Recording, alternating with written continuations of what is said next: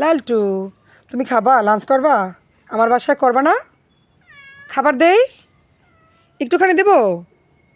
তাহলে আসো, বাসায় আসো, একটু খাবার দেই।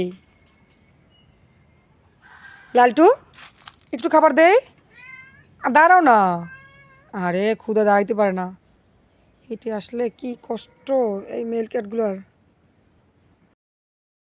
অবশেষে খাবার আনলাম। মাংস, চিকেন দেওয়া ছিল, চিকেনের ভাত সেদ্ধ।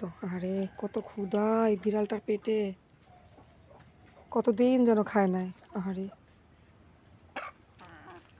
চিকেন দিছি, চিকেন সিদ্ধ আর ভাত করছিলাম বিড়ালের জন্য, আমার বাসাগুলোর জন্য। কতটা ক্ষুধা ওর পেটে, নিয়েও ঘুরতেছিল। লালটু, লাল, খাও, তুমি খাও। প্রচুর ভয় আছে, আমি কিচ্ছু পারবো না, তুমি খাওয়া শেষ করো। হ্যাঁ খাও।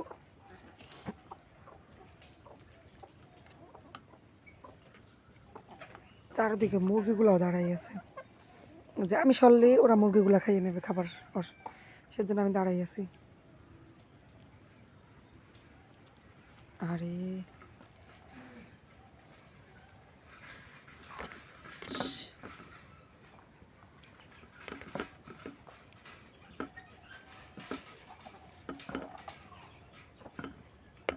এই খাবারটা দেখলেই তৃপ্তি, আর কিচ্ছু না, অনেক শান্তি লাগে আমার। আরও কটা আনলে মনে হয় খাইতো, না জানি কয়দিন খায় না, এরম এবারই সেবারই দৌড়াইতেছে শুধু। এই যে মারামারি করছে কোন ক্যাটের সাথে দেখছো, মাথায় দাগ। ওই যে আরেকটা সাদা কাঠটা আসে না, ওর নাম মিশু, ওই মিশু আসে, মিশুর সাথে মারামারি করে প্রচণ্ড। বিড়ালটা কিন্তু অনেক বড়, অনেক বাঘুর মতো, অনেক সাইজ, লম্বা, কিন্তু হচ্ছে খাবার না খাইতে খাইতে শুকিয়ে গেছে কয়েকদিনে। এই যে দেখুন সাইজটা, একদম মনে হচ্ছে বাঘুর মতো বড় সাইজের। কুট্টুস কিন্তু ছোট সাইজ, কুট্টুস কিন্তু একদম ছোট। মাংসটা রেখে দিয়েছে, মাংসটা খায় না, সব খাইতেছে, মাংস জমা করতেছে। 2 পিস মাংস দিয়েছিলাম, 1 পিস খাইছে, ওই পিসটা জমা রাখে। হ্যাঁ একটু খাইয়ে ঘুমাও, হ্যাঁ সারা রাতে তো দৌড়োদৌড়ি করো।